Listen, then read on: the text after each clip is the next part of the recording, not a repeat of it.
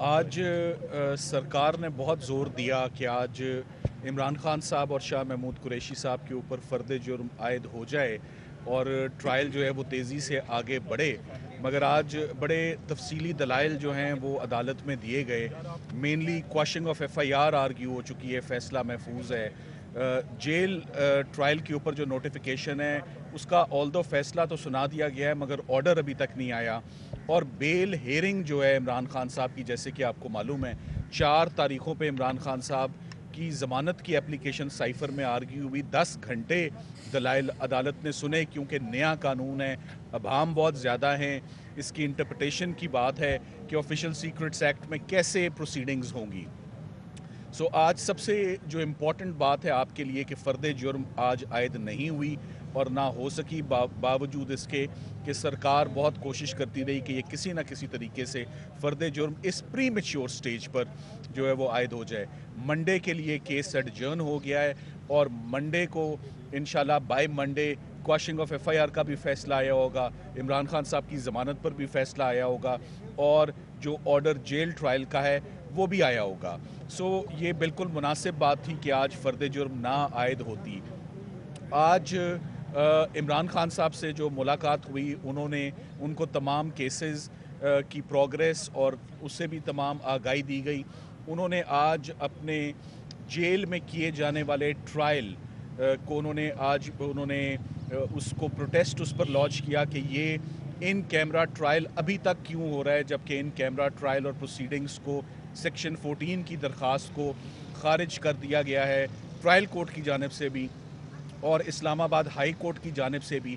तो क्यों उसके बावजूद अभी तक इन कैमरा ट्रायल हो रहा है कि ना इसमें अवाम सामने है, ना इसमें वकला ठीक से पार्टिसिपेट कर सकते हैं, ना इसमें मीडिया शामिल हो सकता है।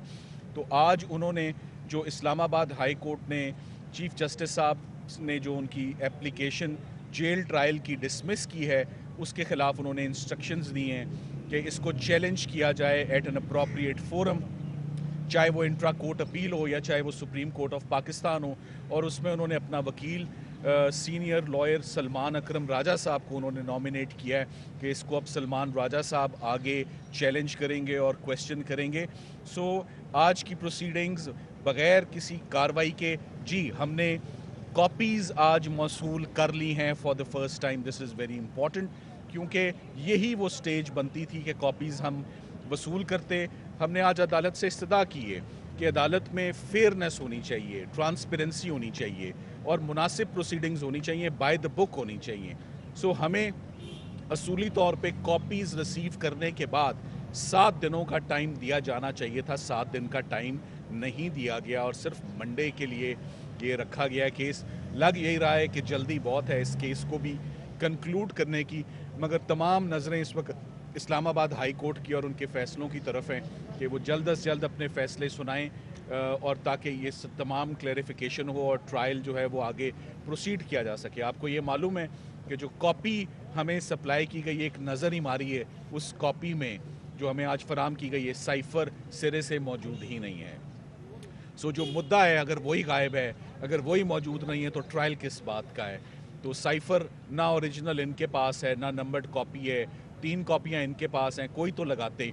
और अगर FIR में इल्ज़ाम ये है कि इमरान खान साहब ने साइफ़र के कंटेंट्स को ट्विस्ट किया है और उसको चेंज किया है असली साइफ़र से, तो असली साइफ़र से मुआज़ना होना तो बहुत ज़रूरी था। ये भी बात बड़ी अजीब है कि खान साहब ने ट्विस्ट किए हैं फैक्ट्स, तो ये किस चीज़ से कंपैरिजन हुआ? उनका जो ट्विस्टेड वर्शन था वो कहाँ है? उसकी भी कोई रिकवरी नहीं हुई है। ये तमाम का तमाम केस ऑफिशियल सीक्रेट्स एक्ट में किए जाना, जेल ट्रायल होना, इन कैमरा प्रोसीडिंग्स होना और जल्दबाजी में होना, ये तमाम इश्यूज़ हम इसके ऊपर अपनी रेमेडीज़ आने वाले दिनों में अवेल करेंगे। और मैं यही समझता हूँ कि ये इंशाल्लाह खान साहब की ज़मानत का केस है, उनको इस केस में रहा होना चाहिए और एक दफ़ा जब उनको रिहाई मिल जाएगी तो रिहाई के बाद फिर ये जेल ट्रायल रहेगा ही नहीं, फिर ये तमाम ट्रायल जो है वो सिक्योर्ड कॉम्प्लेक्स में होगा।